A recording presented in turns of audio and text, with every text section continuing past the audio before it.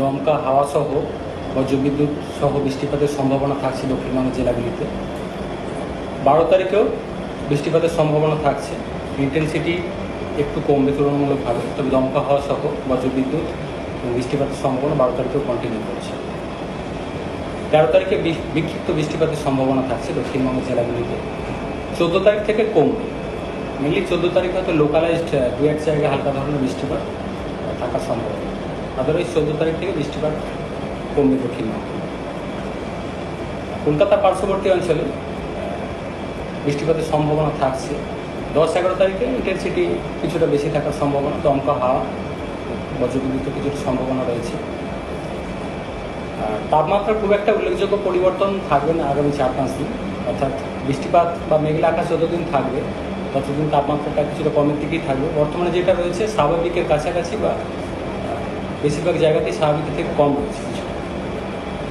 তো মেঘলা আকাশটা কেটে গেলে বা বৃষ্টিপাত যখন কমে যাবে তখন আবার তাপমাত্রা কিছুটা বাড়বে, বেড়ে স্বাভাবিকের কাছাকাছি বা স্বাভাবিকের থেকে আবার কিছুটা একটু বাড়বে। উত্তরবঙ্গের জেলাগুলির জন্য বৃষ্টিপাতের সম্ভাবনা থাকছে আগামী 4-5 দিন। তীব্রতা তুলনামূলকভাবে কম থাকবে দক্ষিণবঙ্গের থেকে। দমকা হাওয়া 30 থেকে 40 কিলোমিটার প্রতি ঘন্টায় দু এক জায়গায় থাকার সম্ভাবনা, দু এক জায়গায় বজ্রবিদ্যুতের সম্ভাবনা।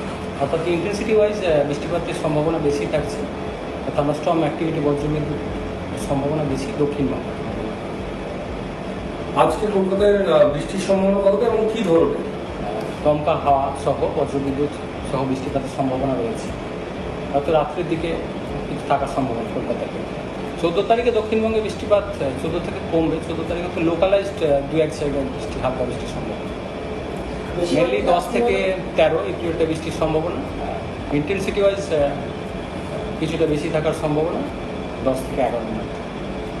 14 তারিখের পরে কি আবার যেরকম তাপপ্রবাহ আমরা দেখতে পাচ্ছিলাম দক্ষিণবঙ্গে? তাপপ্রবাহ এখনই ফিরে আসার মতো সেরকম পরিস্থিতি নেই।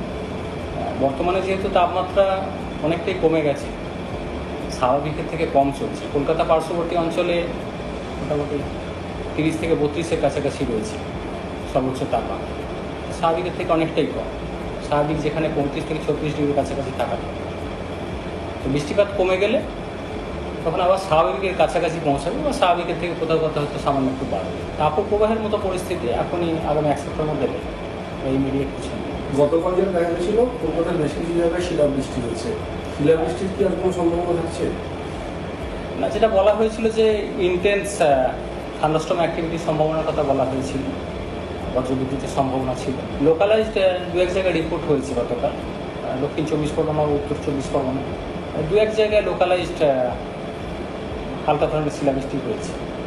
তো শিলাবৃষ্টি খুব বেশি সেরকম সম্ভাবনা কম, শিলাবৃষ্টির সম্ভাবনা কম, তবে দমকা হাওয়া বজ্রবিদ্যুৎ সহ বৃষ্টির সম্ভাবনা থাকছে। কোনো সতর্কবার্তা কিছু মৎস্যজীবীদের জন্য বা মৎস্যজীবীদের জন্য সেরকম কিছু ওয়ার্নিং লাইক কিছু নেই।